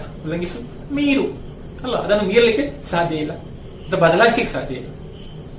ಬಹುಶಃ ಆದ ಕಾರಣವೇ ದುಷ್ಟಬುದ್ಧಿ ಯಾವ ರೀತಿ ಏನನ್ನು ತೀರ್ಮಾನಿಸಿ ಪತ್ರ ಬರೆದದ್ದೋ ಅದನ್ನು ವಿಷಯ ತನ್ನ ರೀತಿಯಲ್ಲಿ ಭಾವಿಸಿಕೊಳ್ತಾಳೆ. ಯಾವ ರೀತಿ ಭಾವಿಸಿಕೊಂಡ್ಳು? ಮುಂದಿನ ಭಾಗದಲ್ಲಿ ಅದು ಬರ್ತದೆ ನೋಡುವ. ಈತಂ ತಮಗೆ ಮಹಾಹಿತನಿಂದು ತಮ್ಮದರಿಗೆ ಈತನ್ ಅರಸಹನಿಂದು ಕುಲಶೀಲ ವಿದ್ಯೆಗಳನ್ ಈತನೊಳ್ ಅರಸಬೇಡವೆಂದು ಮುಂದಕ್ಕೆ ಸರ್ವದಾ ಮಿತ್ರನಪ್ಪನೆಂದು ಈತಂಗೆ ವಿಷಯ ಮೋಹಿಸುವಂತೆ ಕೊಡುವುದೆಂದು ಆತಾತನ್ ಅಣ್ಣಂಗೆ ಬರೆಸಿ ಕಳುಹಿದ ಪತ್ರವೇ ತಪ್ಪದು. ಇದು ವರ್ಣ ಪಲ್ಲಟದ ಮೋಸವೆಂದು ಆ ಬಲೆ ಭಾವಿಸುತ್ತಿದ್ದಳು. ಹೀಗೆ ಆ ಪತ್ರದಲ್ಲಿ, ದುಷ್ಟಬುದ್ಧಿ ಬರೆದಂತಹ ಪತ್ರದಲ್ಲಿ ಇರುವ ವಿಷಯವನ್ನು ವಿಷಯ ಯಾವ ರೀತಿ ಭಾವಿಸ್ತಾಳೆ? ಈಗಾಗಲೇ ಹೇಳಿದೆ ಅಲ್ಲ, ಅವಳಿಗೆ ಬೇಕಾದ ರೀತಿ ಭಾವಿಸ್ತಾಳೆ. ಈತಂ ತಮಗೆ ಮಹಾಹಿತನೆಂದು, ಪತ್ರದಲ್ಲಿದ್ದದ್ದು ಮಹಾಹಿತ ಅಂತ ಜೊತೆಗೆ ಬರ್ತದೆ. ಹಾಗಿರುವಾಗ ಮಹಾಹಿತ ಎಂಬುದು ಎರಡು ರೀತಿಯಲ್ಲಿ ವಿಂಗಡಿಸಬಹುದು. ಮಹಾಹಿತ ಮತ್ತೊಂದು ಮಹಾ ಅಹಿತ. ಹಾಗಿರುವಾಗ ಎರಡು ರೀತಿ ಕೂಡ ವಿಂಗಡಿಸಲಿಕ್ಕೆ ಆಗ್ತದೆ. ಇವಳನ್ನು ಆ ರೀತಿ ಭಾವಿಸ್ತಾಳೆ, ಮಹಾಹಿತನೆಂದು. ಈತಂ ತಮಗೆ ಮಹಾಹಿತನೆಂದು, ಇವನು ನಮಗೆ ಅತ್ಯಂತ ಆಪ್ತನಾಗಿದ್ದಾನೆ ಎಂಬುದಾಗಿ ಭಾವಿಸ್ತಾಳೆ. ತಮ್ಮದರೆಗೆ ಈತನ್ ಅರಸಹನೆಂದು, ಜೊತೆಗೆ ನಮ್ಮ ರಾಜ್ಯಕ್ಕೆ ಇವನು ಮುಂದೆ ಅರಸನಾಗಲಿಕ್ಕಿದ್ದಾನೆ ಎಂಬುದಾಗಿ ಅರ್ಥ ಆಗ್ತದೆ. ಹಾಗಿರುವಾಗ ಆದ ಕಾರಣ ಏನ್ ಮಾಡು? ಕುಲಶೀಲ ವಿದ್ಯೆಗಳ ಈತನೊಳ್ ಅರಸ ಬೇಡವೆಂದು. ಹಾಗೆ ಇವನಲ್ಲಿ ಅವನ ಕುಲ ಯಾವುದು, ಅವನ ಗುಣ ಯಾವುದು, ಇದೆಲ್ಲ, ಅವನ ವಿದ್ಯೆ ಎಷ್ಟು, ಇದೆಲ್ಲವನ್ನು ಕೂಡ ನೋಡುವ ಅಗತ್ಯ ಇಲ್ಲ ಅಂತ ಹೇಳಿದ್ದಾನೆ. ಹಾಗಾದ್ರೆ ಮುಂದೆ ಅವನ ಅತ್ಯಂತ ಆಪ್ತನಾಗಿದ್ದಾನೆ, ಜೊತೆಗೆ ಮುಂದಕ್ಕೆ ಅರಸನಾಗ್ತಾನೆ. ಇದ್ಯಾವ ನೀನು ನೋಡಬೇಡ. ಅರಸ ಬೇಡವೆಂದು, ಅದನ್ನು ಅರಸ ಹುಡುಕು ಅಲ್ಲ, ಇವನಲ್ಲಿ ಅದನ್ನೇ ಹುಡುಕಬೇಡ ಎಂಬುದಾಗಿ ಯಾವುದನ್ನು? ಕುಲ ಶೀಲ ವಿದ್ಯೆಗಳನ್ನು ಈತನೊಳ್ ಅರಸ ಬೇಡವೆಂದು. ಆ ಮೂಲಕ ಮುಂದಕ್ಕೆ ಸರ್ವತಾ ಮಿತ್ರನಪ್ಪನೆಂದು, ಮುಂದೆ ಖಂಡಿತವಾಗಿ ಅವನು ನಮ್ಮ ಮಿತ್ರನಾಗ್ತಾನೆ, ಅಂದ್ರೆ ನಮ್ಗೆ ಆಪ್ತನಾಗ್ತಾನೆ, ಅತ್ಯಂತ ಬೇಕಾದವನಾಗ್ತಾನೆ ಎಂಬುದಾಗಿ ಬರೆದು ಕಾಣಿಸ್ತಾರೆ. ಹಾಗೆ ಆ ರೀತಿ ಭಾವಿಸ್ತಾರೆ. ಈ ರೀತಿ ತಂದೆ ಹೇಳ್ತಾ ಇದ್ದಾರೆ. ಅದರ ಏನ್ ಮಾಡು? ಈತಂಗೆ ವಿಷಯ ಮೋಹಿಸುವಂತೆ ಕೊಡುವುದು. ಇವನಿಗೆ ವಿಷಯನ್ನು, ಅಂದ್ರೆ ನನ್ನನ್ನು, ಯಾರು ಓದ್ತಾ ಇರುವಂತ ವಿಷಯ ಭಾವಿಸ್ತಾಳೆ, ನನ್ನನ್ನು ಕೊಡುವಂತ ಹೇಳಿದ್ದಾನೆ ಅಂತ ಭಾವಿಸ್ತಾಳೆ. ವಿಷಯ ಮೋಹಿಸುವಂತೆ, ವಿಷಯನ್ನು ಅವನು ಇಷ್ಟಪಡುವ ಹಾಗೆ ಕೊಡಬೇಕು, ಅಂದ್ರೆ ಮದುವೆ ಮಾಡಿ ಕೊಡಬೇಕು ಅಂತ. ವಿಷಯನ್ನು ಅವನಿಗೆ, ಚಂದ್ರಹಾಸನಿಗೆ, ಈ ಪತ್ರ ತರುವಂತಹ ವ್ಯಕ್ತಿಗೆ ಮದುವೆ ಮಾಡಿ ಕೊಡಬೇಕು, ಅವಳನ್ನು ಅವನು ಇಷ್ಟಪಡುವ ಹಾಗೆ ಅಂತ. ಈತಂಗೆ ವಿಷಯ ಮೋಹಿಸುವಂತೆ ಕೊಡುವುದೆಂದು ಆ ತಾತನ್ ಅಣ್ಣಂಗೆ ಬರೆಸಿ ಕಳಿಸಿದ ಪತ್ರ. ಹಾಗೆ ಈತಂಗೆ ಈ ರೀತಿಯಾಗಿ ಇರುವಂತಹ, ಈ ಗುಣಗಳಿರುವಂತಹ ಇವನಿಗೆ ವಿಷಯ ಮೋಹಿಸುವಂತೆ, ಅವನಿಗೆ ವಿಷಯ ಇಷ್ಟವಾಗುವ ಹಾಗೆ ಕೊಡಬೇಕು, ಅಂದ್ರೆ ವಿಷಯನ್ನು, ಅಂದ್ರೆ ನನ್ನನ್ನು ಮದುವೆ ಮಾಡಿ ಕೊಡಬೇಕು ಎಂಬುದಾಗಿ ಬರೆದಿದ್ದಾರೆ ಅಂತ ಇವಳು ಭಾವಿಸ್ತಾಳೆ. ಹಾಗಿರುವಾಗ ಪತ್ರದಲ್ಲೇನಿತ್ತು? ಆ ವಿಷವ ಅಂತ ಇತ್ತು. ಹಾಗಾದ್ರೆ ವಿಷವ ಅಲ್ಲ, ವಿಷವನ್ನಲ್ಲ, ವಿಷಯನ್ನು ಅಂತ ಇವಳು ಭಾವಿಸ್ತಾಳೆ. ಆ ವ್ಯತ್ಯಾಸ. ಮೋಹಿಸುವಂತೆ ಕೊಡುವುದೆಂದು ಆ ತಾತನ್ ಅಣ್ಣಂಗೆ ಬರೆಸಿ ಕಳುಹಿದ ಪತ್ರ. ಆಗ ತಾತನ್ ಅಂದ್ರೆ ತಂದೆ ಅಂತ. ಆ ತಂದೆ ನನ್ನ ಅಣ್ಣನಾದಂತಹ ಯಾರು? ಮದನನಿಗೆ ಬರೆದಂತಹ ಪತ್ರ ಇದು. ಕಳಿಸಿಕೊಟ್ಟಿದ್ದಾರೆ ಪತ್ರವನ್ನು. ಅಣ್ಣಂಗೆ ಬರೆಸಿ ಕಳುಹಿದ ಪತ್ರವೇ ತಪ್ಪದು. ಖಂಡಿತವಾಗಿ ಅದೇ ವಿಷಯ ಇರುವಂತ ಪತ್ರ. ಈ ರೀತಿಯಾಗಿ ತಂದೆಯೇ ಕಳಿಸಿಕೊಟ್ಟಂತ ಪತ್ರ ಇದು, ಕೊಡ್ಲಿಕ್ಕೆ ತನ್ನ ಅಣ್ಣನಿಗೆ. ಆದ್ರೆ ಏನಾಗಿದೆ? ಇದು ವರ್ಣ ಪಲ್ಲಟದ ಮೋಸ. ಒಂದು ತಪ್ಪು ಕಾಣ್ತಾ ಇದೆ, ಒಂದು ವರ್ಣ ಪಲ್ಲಟವಾಗಿದೆ. ವರ್ಣ ಕೂತಿದೆ, ಅಕ್ಷರ ಅಲ್ಲ, ಅಕ್ಷರ ವ್ಯತ್ಯಾಸ ಕಾಣ್ತಾ ಉಂಟು. ಯಾವುದು ಹೇಳಿದ್ದೇನೆ ಅಲ್ವಾ? ವಿಷವ ಎಂಬುದು ವಿಷಯ ಎಂಬುದು ವಿಷವ ಅಂತ ಬರ್ದಿದೆ, ಬರೆದೋಗಿ ತಪ್ಪಿದೆ, ಒಂದು ಅಕ್ಷರ ತಪ್ಪಿದೆ ಅಂತ ಇವಳು ಭಾವಿಸ್ತಾಳೆ. ಮೋಸವೆಂದು, ಆದ್ರೆ ಅದು ದೊಡ್ಡ ತಪ್ಪಾಗಿದೆ ಅಲ್ಲ, ಅದು ದೊಡ್ಡ ಮೋಸವಾಗಿದೆ. ಅಂದ್ರೆ ಆ ಒಂದು ಶಬ್ದದಿಂದಾಗಿ ಏನಾಯಿತು? ಒಂದು ಅಕ್ಷರದಿಂದಾಗಿ ವಿಷಯವೇ ಬದಲಾಗಬಹುದು ಅಂತ ಭಾವಿಸ್ತಾಳೆ. ಬಾಕಿ ಎಲ್ಲ ಇವಳ ಮಟ್ಟಿಗೆ ಸರಿ ಕಾಣ್ತಾ ಇದೆ ಅಲ್ಲ. ಅತ್ಯಂತ ಯೋಗ್ಯನಾದಂತಹ ವ್ಯಕ್ತಿಯನ್ನು ಕಳಿಸಿಕೊಟ್ಟದ್ದು ತನ್ನನ್ನು ಅವನಿಗೆ ಕೊಟ್ಟು ಮದುವೆ ಮಾಡಲಿಕ್ಕೆ ಅಂತ. ಆದ್ರೆ ಒಂದು ಅಕ್ಷರ ತಪ್ಪಿನಿಂದ ಇಡೀ ಅರ್ಥ ಬದಲಾಗ್ತದೆ ಅಂತ ಭಾವಿಸ್ತಾಳೆ ಎಂದು ಅಬಲೆ ವಿಷಯ ಭಾವಿಸುತ್ತಿರ್ತಾಳೆ. ಈ ರೀತಿಯಾಗಿ ಭಾವಿಸ್ತಾಳೆ. ಸರಿ, ಅದಕ್ಕೆ ಏನ್ ಮಾಡ್ತಾಳೆ ಮುಂದೆ ಮುಂದಿನ ಭಾಗದಲ್ಲಿ ನೋಡೋಣ. ಕಡು ಚೆಲ್ವನಾದ ವರನಂ ಕಂಡು ನಿಶ್ಚಯಿಸಿ ತಡೆಯದೆ ಇಂದು ಈತಂಗೆ ವಿಷಯ ಮೋಹಿಸುವಂತೆ ಕೊಡುವುದು ಎಂದು ಅಲ್ಲಿಂದ ತನ್ನ ಪಿತನ್ ಈತನಂ ಕಳುಹಿದಂ. ಸುತನ ಪೊರೆಗೆ ಒಡಗೂಡದಿರದು ಎನ್ನ ಮನದೆಣಿಕೆ ಪತ್ರಿಕೆಯುಳ್ ಎಡಹಿ ಬರೆದ ಅಕ್ಕರದ ಬೀಳಿರ್ದೊಡೆ ಅದರಿಂದ ಕೆಡುವುದು ಅಗ್ಗದ ಕಜ್ಜಂ ಎಂದು ಆ ತರುಣಿ ತಾನದಂ ತಿದ್ದಲ್ ಅನುಗೈದಳು. ಆಗ ಈಗಾಗಲೇ ಓದಿದ ರೀತಿಯಲ್ಲಿ ಅವಳು ಮನಸ್ಸಿನಲ್ಲಿ ಒಂದು ಪುನಃ ತೀರ್ಮಾನಿಸ್ತಾಳೆ. ಖಂಡಿತವಾಗಿಯೂ ನಾನು ಭಾವಿಸಿದ ಹಾಗೆ ತಂದೆ ಇವನನ್ನು ಕಳಿಸಿಕೊಟ್ಟಿದ್ದಾರೆ.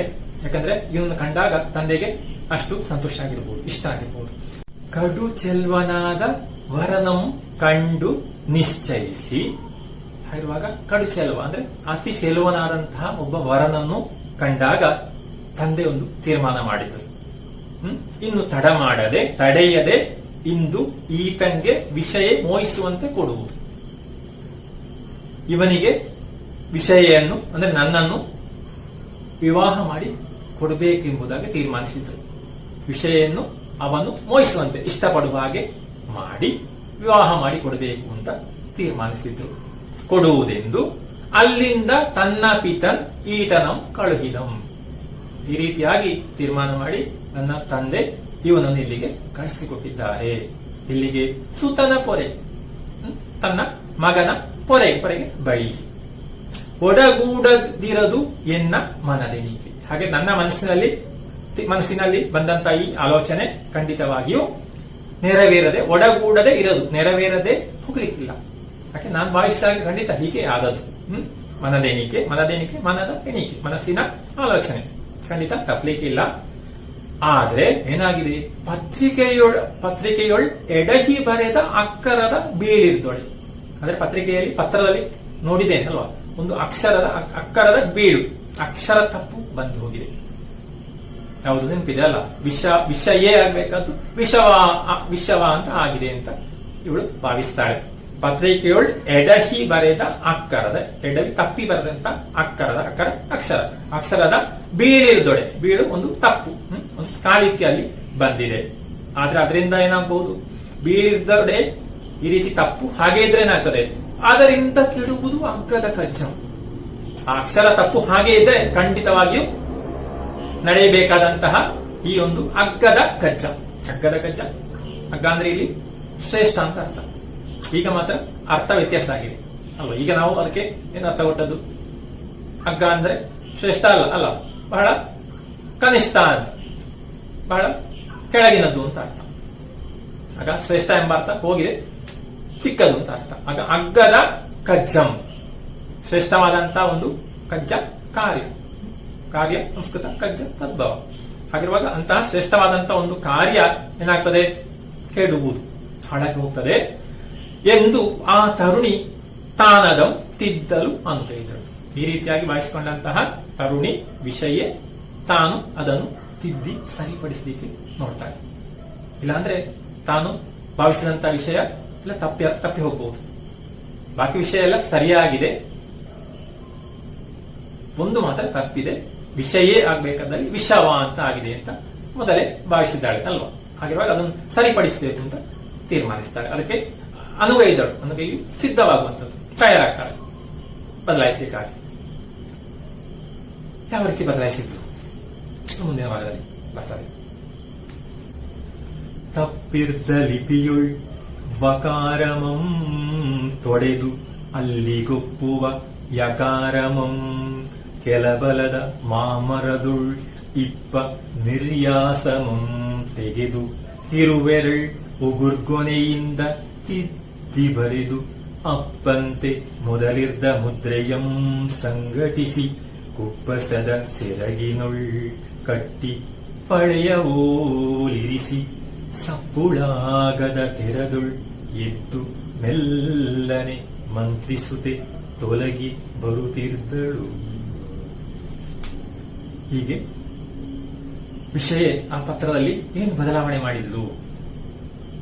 ತಪ್ಪಿರ್ದ ಲಿಪಿಯೊಳ್ ಯಾವ ಲಿಪಿ ಅಕ್ಷರ ತಪ್ಪು ಬಂದದ್ದು ತಂದೆ ಬರೆದಂತಹ ಪತ್ರದಲ್ಲಿ ಆ ತಪ್ಪು ನಮ್ಗೆ ಗೊತ್ತಿತ್ತಲ್ಲ, ಯಾವುದು ವಿಷಯ ಎಂಬುದಾಗಿ ಆಗ್ಬೇಕಾದಲ್ಲಿ ವಿಷವ ಆಗಿದೆ ಅಂತ ಇವಳು ಭಾವಿಸ್ತಾಳೆ. ಹಾಗಿರುವಾಗ ಆ ವಕಾರಮಂ ತೊಡೆಯದು, ವಿಷವ ಎಂಬಲ್ಲಿ ಅವಾವನ್ನು ತೆಗೆದು ತೊಡೆದು ಅಲ್ಲಿಗೊಪ್ಪುವ ಯಕಾರಮಂ ಕೆಲಬಲದ ಮಾಮರದೊಳಿಪ್ಪ ನಿರ್ಯಾಸಮಂ ತೆಗೆದು. ಹಾಗಿರುವಾಗ ಆ ವಾವನ್ನು ತೆಗೆದು ಯಾ ಅಂತಲ್ಲಿ ಮಾಡಬೇಕು. ವಕಾರವನ್ನು ತೆಗೆದು ಯಕಾರಮನಲ್ಲಿ ಬರಿಬೇಕು. ಅದಕ್ಕಾಗಿ ಏನ್ ಮಾಡ್ತಾಳೆ? ಯಾವುದಲ್ಲಿ ಬರೀತಾಳೆ? ಕೆಲಬಲದ ಮಾಮರದೊಳಿಪ್ಪ. ಕೆಲಬಲ ಅಕ್ಕಪಕ್ಕದಲ್ಲಿರುವಂತಹ ಮಾವಿನ ಮರದಲ್ಲಿ ಇರುವಂತಹ ಒಂದು ಯಾವುದು ನಿರ್ಯಾಸಮ. ನಿರ್ಯಾಸ ಒಂದು ಅಂಟು ಪದಾರ್ಥ ಅಲ್ಲ, ಮಾವಿನ ಮರದಲ್ಲಿ ಅಥವಾ ಎಲೆಯ ತುದಿಯಲ್ಲಿ ಕಾಣಿಸ್ತದೆ. ಆಗ ಅಲ್ಲಿರುವಂತಹ ಒಂದು ಅಂಟು ಪದಾರ್ಥವನ್ನು ತಂದು ನಿರ್ಯಾಸಂ ತೆಗೆದು ಹೇಗೆ ಬರೀತಾಳೆ? ಕಿರುಬೆರಳ್ ಉಗುರುಗೊನೆಯಿಂದ, ಕಿರಿಯ ಬೆರಳಿನ ಉಗುರಿನ ತುದಿಯಿಂದ ಆ ಅಕ್ಷರವನ್ನು ಬದಲಾಯಿಸ್ತಾಳೆ. ಗೊತ್ತಿದ್ದಾರೆ, ಕಿರುಬೆರಳಿನ ಉಗುರಿನ ತುದಿಯಿಂದ ಅದನ್ನು ಬದಲಾಯಿಸ್ತಾಳೆ. ತಿದ್ದಿ ಬರೆದು ವಾವನ್ನು ತಿದ್ದಿ ಯಾ ಮಾಡ್ತಾಳೆ. ಮಾಡಿ ಅಪ್ಪಂತೆ ಮೊದಲಿದ್ದ ಮುದ್ರೆಯಂ ಸಂಘಟಿಸಿ. ನೆನಪಿದೆ ಅಲ್ಲ, ಪತ್ರವನ್ನು ಅವಳು ಓದುವಾಗ ತಂದೆ ಹಾಕಿದಂತಹ ಮುದ್ರೆಯನ್ನು ಹೊಡೆದಿದ್ಲು. ಹಾಗೆ ಆ ಮುದ್ರೆಯನ್ನು ಪುನಃ ಜೋಡಿಸಿ, ಸಂಘಟಿಸಿ ಜೋಡಿಸಿ ಕುಪ್ಪಸ್ದ ಸೆರಗಿನೋಳ್ ಕಟ್ಟಿ, ಪುನಃ ಹಿಂದೆ ಇದ್ದ ಹಾಗೆ ಆ ಚಂದ್ರಹಾಸ ಧರಿಸಿದಂತಹ ಆ ಬಟ್ಟೆಯ ತುದಿಯ ಸೆರಗಿನಲ್ಲಿ, ಆ ಕುಪ್ಪಸದ ತುದಿಯಲ್ಲಿ ಪುನಃ ಅದನ್ನು ಕಟ್ಟಿ ಪಳೆಯ ಓಲಿಸಿ, ಪಳೆಯ ಹಳೆ ಹಿಂದಿನ ಹಾಗೆ ಇರಿಸಿ, ಅದೇ ಹಿಂದೆ ಹೇಗಿತ್ತು ಹಾಗೆ ಕಾಣುವ ಹಾಗೆ ಇಟ್ಟು ಸಪ್ಪುಳಾಗದ ತೆರದೊಳು ಎದ್ದು ಮೆಲ್ಲನಲ್ಲಿಂದ ಹೇಳ್ತಾಳೆ. ಸಪ್ಪುಳಾಗದ ತೆರ, ಸಪ್ಪಳ ಶಬ್ದ ಅಲ್ವಾ, ಅಲ್ಲಿಂದ ಯಾವುದೇ ಸದ್ದು ಉಂಟಾಗದ ಹಾಗೆ ಮೆಲ್ಲನಲ್ಲಿಂದ ಎದ್ದು ತೆರದೊಳ್ ರೀತಿಯಲ್ಲಿ ಎದ್ದು ಮೆಲ್ಲನೆ ಮಂತ್ರಿಸುತ್ತೆ ತೊಲಗಿ ಬರುತ್ತಿದ್ದಳು. ಅಲ್ಲಿಂದ ಮೆಲ್ಲ ತೊಲಗಿ ಬರ್ತಾ ಇದ್ಲು, ಅಂದ್ರೆ ಈ ಕಡೆಗೆ ದೂರಕ್ಕೆ ಬರ್ತಾ ಇದ್ಲು, ಅಲ್ಲಿಂದ ದೂರಕ್ಕೆ ಬರ್ತಾ ಇದ್ದಾಳೆ. ಇಷ್ಟು ವಿಷಯ ಈ ಭಾಗದಲ್ಲಿ ಇದೆ. ಇಲ್ಲಿಗೆ ನಿಮ್ಮ ಪಠ್ಯ ಪುಸ್ತಕದಲ್ಲಿ ನೀಡಿದಂತಹ ಕಾವ್ಯ ಭಾಗ ಪೂರ್ತಿಯಾಗಿದೆ.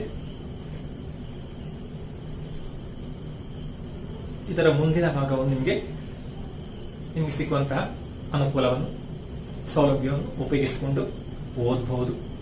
ಯಾಕಂದ್ರೆ ಅಂತಹ ಸುಂದರವಾದಂತಹ ಕಾವ್ಯ ಇದು, ಲಕ್ಷ್ಮೀಶನ ಕಾವ್ಯ. ಈಗ ಇಂದು ಮಾಡಿದ ಈ ಕಾವ್ಯ ಭಾಗದ ಕಾವ್ಯ ವಾಚನವನ್ನು ಆಲಿಸೋಣ. ಸುತ್ತ ನೋಡುವಳುಮ್ಮೆ ನೂಪುರ ಬಲುಗದಂತೆ ಹತ್ತೆ ಸಾರುವಳುಮ್ಮೆ ಸೋಂಕಲೆಂತಹುದೆಂದು ಮತ್ತೆ ಮುರಿದ ಪಳುಮ್ಮೆ ಹೆಜ್ಜೆ ಹೆಜ್ಜೆಯ ಮೇಲೆ ಸಲ್ವಳ್ ಅಮ್ಮದೆ ನಿಲ್ವಳು ಚಿತ್ತದೊಳ್ ನಿಶ್ಚಯಿಸಿ ನೆರೆಯಲೆಳಸುವಳೊಮ್ಮೆ ಹೊತ್ತಲ್ಲದ ಅನುಚಿತಕ್ಕೆ ಬೆದರಿ ಹಿಂಗುವಳೊಮ್ಮೆ ತತ್ತಳದ ಬೇಟದೊಳ್ ಬೆಂಡಾಗಿ ವಿಷಯ ನಿಂದಿರ್ದಳ್ ಆತನ ಪೊರೆಯೊಳು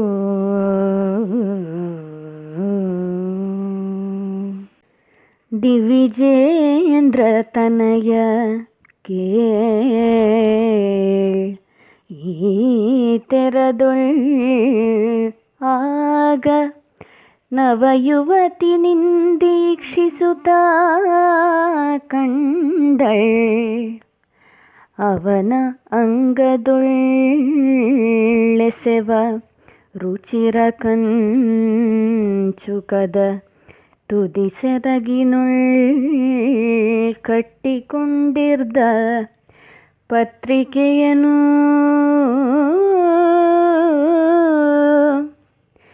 ತವ ಕದಿಂ ಬಿಚ್ಚಿ ಮುದ್ರೆಯನ್ ಓ ಸರಿಸಿ ತೆಗೆದು ವಿವರದೊಳ್ ತನ್ನ ತಂದೆಯ ಹೆಸರ ಬರೆಹಮಿರೆ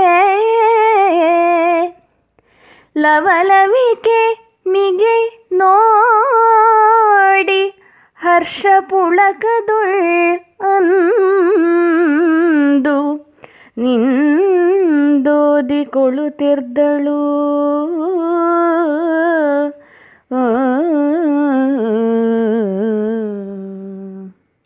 ಶ್ರೀಮತ್ ಸಚಿವ ಶಿರೋಮಣಿ ದುಷ್ಟಬುದ್ಧಿ ಸುಪ್ರೇಮದಿಂ ತನ್ನ ಮಗ ಮದನಂಗೆ ಮಿಗೆ ಪರಸಿ ನೇಮಿಸಿದ ಕಾರ್ಯಂ ಈ ಚಂದ್ರಹಾಸಂ ಮಹಾಹಿತನೆ ಮಗೆ ಮೇಲೆ ನಮ್ಮ ಸೀಮೆಗೆ ಅರಸಾದಪಂ ಸಂದೇಹಮಿಲ್ಲಿದಕ್ಕೆ ಸಾಮಾನ್ಯದವನಲ್ಲ ನಮಗೆ ಮುಂದೆ ಸರ್ವಥಾ ಮಿತ್ರನಪ್ಪನ್ ಎಂದು ಈತನಂ ಕಳುಹಿದೆವು ನಿನ್ನ ಬಳಿಗೆ ಇದನ್ ಅರಿವುದು. ಹೊತ್ತುಗಳೆಯದೆ ಬಂದ ಬಳಿಕ ಇವನ ಕುಲಶೀಲ ವಿತ್ತ ವಿದ್ಯಾವಯೋ ವಿಕ್ರಮಗಳನ್ ಈಕ್ಷಿಸುತ್ತಿರದೆ ವಿಷವ ಮೋಹಿಸುವಂತೆ ಕೊಡುವುದು ಈತಂಗೆ ನೀನು ಇದರೊಳ್ಳೆ ಮಗೆ ಉತ್ತರೋತ್ತರಮಪ್ಪುದೆಂದು ಬರೆದಿಹ ಲಿಪಿಯನೆತ್ತಿ ವಾಚಿಸಿಕೊಂಡು ತರಳಾಕ್ಷಿ ತಾನದಕ್ಕೆ ಮತ್ತೊಂದಭಿಪ್ರಾಯಮಂ ತಿಳಿದಳ್. ಉಲ್ಲಂಘಿಸುವರುಂಟೆ ವಿಧಿಕೃತವನು ಈತಂ ತಮಗೆ ಮಹಾಹಿತನೆಂದು ತಮ್ಮಧರೆಗೆ ಈತನ್ ಅರಸಹನೆಂದು ಕುಲಶೀಲ ವಿದ್ಯೆಗಳನ್ ಈತನೊಳ್ಳರಸಬೇಡವೆಂದು ಮುಂದಕ್ಕೆ ಸರ್ವಥಾ ಮಿತ್ರನಪ್ಪನೆಂದು ಈತಂಗೆ ವಿಷಯ ಮೋಹಿಸುವಂತೆ ಕೊಡುವುದೆಂದು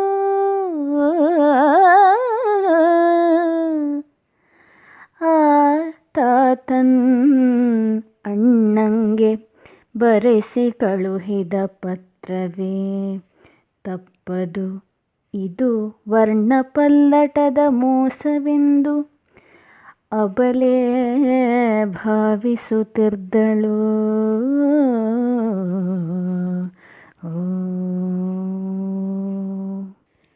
ಕಡು ಚೆಲ್ವನಾದ ವರನಂ ಕಂಡು ನಿಶ್ಚಯಿಸಿ ತಡೆಯದೆ ಇಂದು ಈತಂಗೆ ವಿಷಯ ಮೋಹಿಸುವಂತೆ ಕೊಡುವುದೆಂದು ಅಲ್ಲಿಂದ ತನ್ನ ಪಿತನ್ ಈತನಂ ಕಳುಹಿದಂ ಸುತನ ಪೊರೆಗೆ ಒಡಗೂಡದಿರದು ಎನ್ನ ಮನದ ಎಣಿಕೆ ಪತ್ರಿಕೆಯುಳ್ ಎಡಹಿ ಬರೆದ ಅಕ್ಕರದ ಬೀಳಿರ್ದೊಡೆ ಅದರಿಂದ ಕೆಡುವುದು ಅಗ್ಗದ ಕಜ್ಜಂ ಎನ್ನೋದು ಆ ತರುಣಿ ತಾನದಂ ತಿದ್ದಲನು ಗೈದಳು.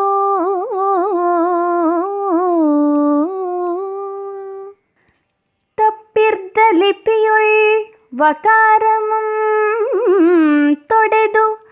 ಅಲ್ಲಿಗೆ ಒಪ್ಪುವ ಯಕಾರಮಂ ಕೆಲಬಲದ ಮಾಮರದೊಳ್ ಇಪ್ಪ ನಿರ್ಯಾಸಮಂ ತೆಗೆದು ಕಿರುವೆರಳು ಉಗುರ್ಗೊನೆಯಿಂದ ತಿದ್ದಿ ಬರೆದು ಅಪ್ಪಂತೆ ಮೊದಲಿರ್ದ ಮುದ್ರೆಯಂ ಸಂಘಟಿಸಿ ಕುಪ್ಪಸದ ಸೆರಗಿನೊಳ್ ಕಟ್ಟಿ ಪಳೆಯವೋಲ್ ಇರಿಸಿ ಸಪ್ಪುಳಾಗದ ತೆರದೊಳ್ ಎದ್ದು ಮೆಲ್ಲನೆ ಮಂತ್ರಿಸುತ್ತೇ ತೊಲಗಿ ಬರುತ್ತಿದ್ದಳು.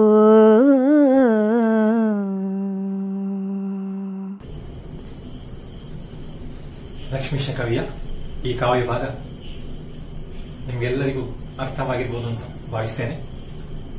ಇಷ್ಟು ಸುಂದರವಾಗಿ ಕವಿ ಈ ಕಾವ್ಯದ ಈ ಕಥಾಭಾಗದ ರಚನೆಯನ್ನು ಮಾಡಿದ್ದಾನೆ. ಕವಿಯ ಭಾಷೆ, ಶೈಲಿ, ನಾದಮಯತೆ ಇದೆಲ್ಲವೂ ನಾವು ಆಸ್ವಾದಿಸಿದ್ದೇವೆ.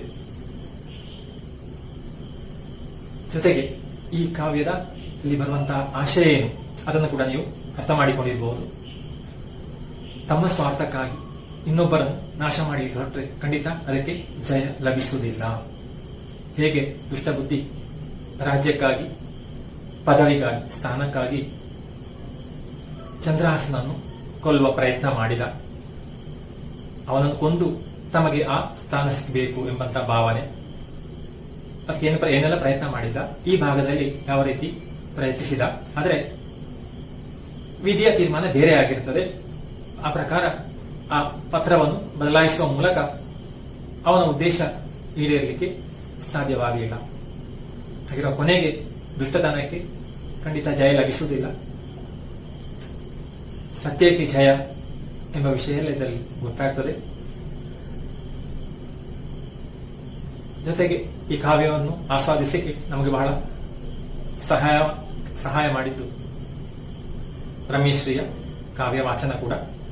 ಹಾಗಿರುವಾಗ ಅವಳಿಗೆ ನಾವು ಅಭಿನಂದನೆಯನ್ನು ಸಲ್ಲಿಸುವ, ಜೊತೆಗೆ ಕೃತಜ್ಞತೆಯನ್ನು ಕೂಡ ಹೇಳುವ.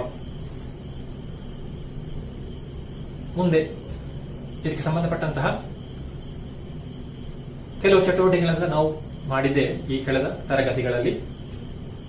ಇನ್ನು ಉಳಿದಂತಹ ಪ್ರಶ್ನೆಗಳಿಗೆ ಉತ್ತರ ಬರೆಯುವಂಥದ್ದು ಹಾಗೂ ಭಾಷಾಭ್ಯಾಸ ಉಳಿದ ಚಟುವಟಿಕೆಗಳನ್ನೆಲ್ಲ ನೀವು ಮಾಡಬೇಕು. ಮಾಡಿ ನಿಮ್ಮ ಅಧ್ಯಾಪಕರಿಗೆ ಕಳಿಸಿಕೊಡ್ಬೇಕು. ಪ್ರಶ್ನೆಗಳಿವೆ, ಜೊತೆಗೆ ಚಟುವಟಿಕೆಗಳನ್ನು ಕೊಟ್ಟಿದ್ದಾರೆ. ಕೆಲವು ನಾವು ಮಾಡಿದ್ದೇವೆ. ಹಾಗೆ ಭಾಷಾಭ್ಯಾಸ ಇದೆ, ಅದನ್ನು ಕೂಡ ಕೆಲವು ನಾವು ನೋಡಿದ್ದೇವೆ. ಛಂದಸ್ಸಿನ ಬಗ್ಗೆ ನೋಡಿದ್ದೇವೆ. ಹಾಗೆ ಅಲಂಕಾರದ ಬಗ್ಗೆ ಕೂಡ ಪಾಠ ಸಂದರ್ಭ ನಾವು ಹೇಳಿದ್ದೇನೆ. ಶಬ್ದಾಲಂಕಾರ, ಅರ್ಥಾಲಂಕಾರ ಅದು ನಾವು ಗುರುತಿಸಿದ್ದೇವೆ. ಮತ್ತು ಸಂಧಿ ವಿಂಗಡಣೆ ಇದೆ, ಅಲ್ಲಿ ಸಮಾಸವನ್ನು ವಿಂಗಡಿಸಿ ಸಮಾಸ ಬರೆಯಲಿಕ್ಕೆ ಕೂಡ ಇದೆ. ಅದೆಲ್ಲ ನಾವು ಗಮನಿಸಿದ್ದೇವೆ. ಅದನ್ನೆಲ್ಲ ನೀವು ಪೂರ್ತಿ ಮಾಡಿ ಅಧ್ಯಾಪಕರಿಗೆ ಕಳಿಸಿಕೊಡ್ಬೇಕು. ಹಾಗೆ ಇದರೊಂದಿಗೆ ಈ ಪಾಠಭಾಗವನ್ನು ನಾನು ಪೂರ್ತಿಗೊಳಿಸ್ತಾ ಇದ್ದೇನೆ. ಮುಂದೆ ಹೊಸ ಒಂದು ಪಾಠದೊಂದಿಗೆ ಭೇಟಿಯಾಗೋಣ. ಎಲ್ಲರೂ ಕ್ಷೇಮವಾಗಿ ಇರಿ.